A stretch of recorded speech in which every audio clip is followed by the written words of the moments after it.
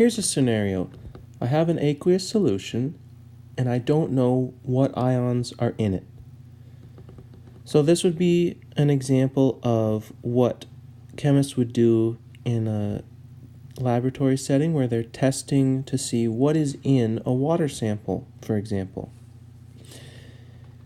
So the question is, how can I determine if my sample contains copper-1 ions?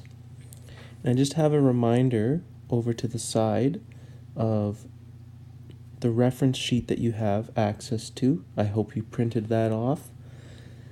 But if we want to know if my water solution contains copper-1 ions, I could add a chemical to that sample and see if a precipitate forms that contains copper-1 ions.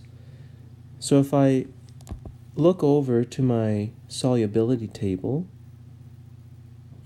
let's try to find copper-1 ions. So search through the cations. Do you see copper-1? There it is right there. So this says copper-1 ions have low solubility when they are a chloride, a bromide, or an iodide. So copper chloride, copper bromide, or copper iodide would all form a precipitate. So if I go back to my question, how can I determine if my water sample contains copper-1 ions? Well, I could add sodium chloride. If I add sodium chloride to my water sample and it contains copper-1 ions, then this is the reaction that will take place. I'll have copper reacting with sodium chloride to produce copper-1 chloride precipitate, and then I'll have a sodium ion still floating in solution. If copper-1 was not in the solution, then this reaction wouldn't happen and I wouldn't have a precipitate forming. So I can use precipitation reactions, the formation of a precipitate, to figure out if certain ions are present in a water sample. So then I can ask another follow-up question. How can I determine if my sample contains calcium ions? I can go through the same process. I'll look over at my solubility table, try to find calcium ions making a precipitate. So that means I could add a fluoride or a sulfate, because calcium fluoride as a product will have low solubility. That means a precipitate will form. Or if my product is calcium sulfate, I'll also have a precipitate forming, which tells me that calcium was in my sample. I wouldn't want to add a sulfide because calcium sulfide will not form a precipitate. So you just want to be careful, making sure to pick out solutions that will form the desired precipitate. So how can you determine if it contains calcium ions? Well, you could add sodium sulfate. So this is a type of qualitative analysis. And remember, qualitative analysis just means we're figuring out the identity of the sample. We're not interested in the amounts, just the identity. What is it? So next I'd like you to print off this handout if you haven't already, sequential chemical analysis. So again, this is a type of qualitative analysis, and we're going to use this in a similar way to what I just did previously. We're going to determine the identity of ions dissolved in a solution. And different laboratories will use analysis like this in order to figure out what is in a water sample. And the way we do it is we set up a double displacement reaction using one unknown solution and one known solution.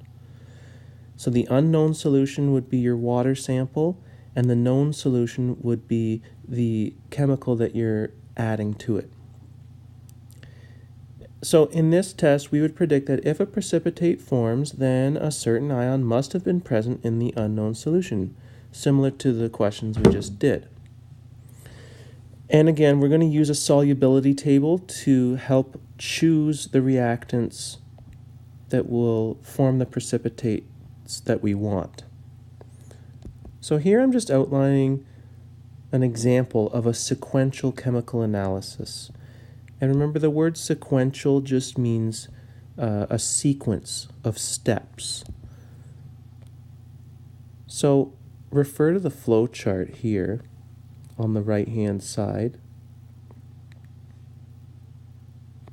Let's say we have a water sample that we think might have lead or strontium ions in it, but we're not sure.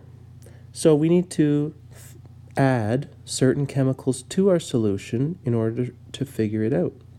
So if we take our unknown solution and we add sodium chloride to it, a precipitate might form. If it does form, well, look at your solubility table. Lead chloride would be the precipitate.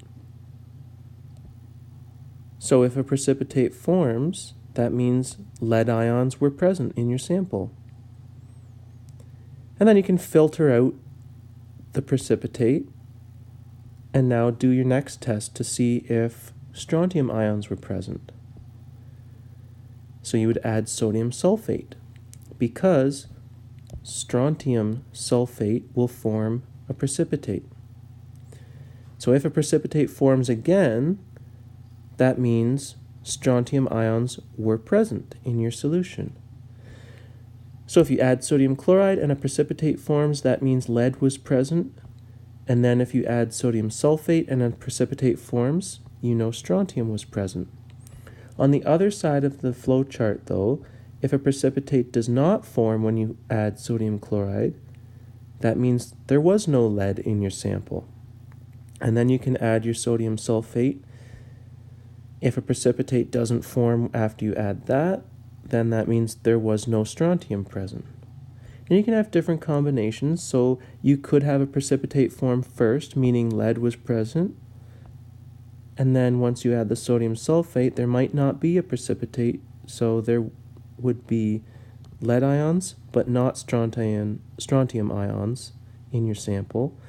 Or you could have both, or one of them, or you could have neither of them, depending on how you proceed through the reactions. So you have to look at what are the possible ions you're looking for and what chemicals would form precipitates with those. Now, an important note here, I would not want to add sodium sulfate first, because both lead and strontium will form a precipitate. So if a precipitate formed, I wouldn't know if lead was present or strontium was present or both. So you have to make sure that you put your reactants in a logical order that would allow you to make a process of elimination. Now, on the back of this handout, I have a little lab activity for you. So what I'd like you to do is use double displacement reactions to determine if a solution contains calcium ions, barium ions, or both. So the materials you'll have, or that you would have, would be the solution that might contain calcium and or barium ions. So this is your unknown.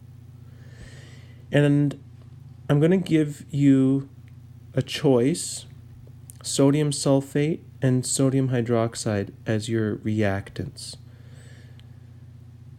So you would have to decide what order do you add these and what would it tell you. So everywhere you see a blank in this flow chart, I'd like you to fill it in, kind of like the example on the front of the handout.